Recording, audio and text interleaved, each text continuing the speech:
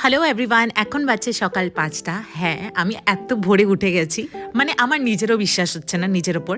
But একটা আলাদাই enthu পেয়ে গেছি জানো তো কাজে, আর এটা ভীষণভাবে এনজয় করে করছি। এমন না যে আমি নিজেকে ফোর্স করছি। উঠেই ফ্রেশ হয়ে আমি বসে পড়েছিলাম বই পড়তে। আমি না এখন বিশ্বাস করো চেষ্টা করছি একটু ডিসিপ্লিনড লাইফ লিড করতে। এই বইটা লাস্ট ইয়ার তোমাদের দাদাভাই গিফট করেছিল, বাট বিশ্বাস করো এই জাস্ট কয়েকদিন থেকে আমি স্টার্ট করেছি, আর আমার 2টো চ্যাপ্টার পড়া হয়েছে। বই পড়ে ওদিকে আমি ওয়ার্কআউটও করে ফেলেছি। তারপর অনেকদিন থেকে ভাবছিলাম যে দৃশ্যার কাব্বারটা হাত দেবো, কিন্তু দেওয়া হচ্ছিল না, তাই কালকে রাতেই জামা কাপড়গুলো বের করে রেখেছিলাম। আর এখন স্নান করে চলে গেছিলাম নিচে ফুল তুলতে। আমরা থাকি একটা অনেক বড় জয়েন্ট ফ্যামিলিতে। আমার 3 কাকা শ্বশুর আর কাকি শাশুড়িরা রয়েছে, প্লাস এখানেই এক আমার পিসি শাশুড়িও থাকেন।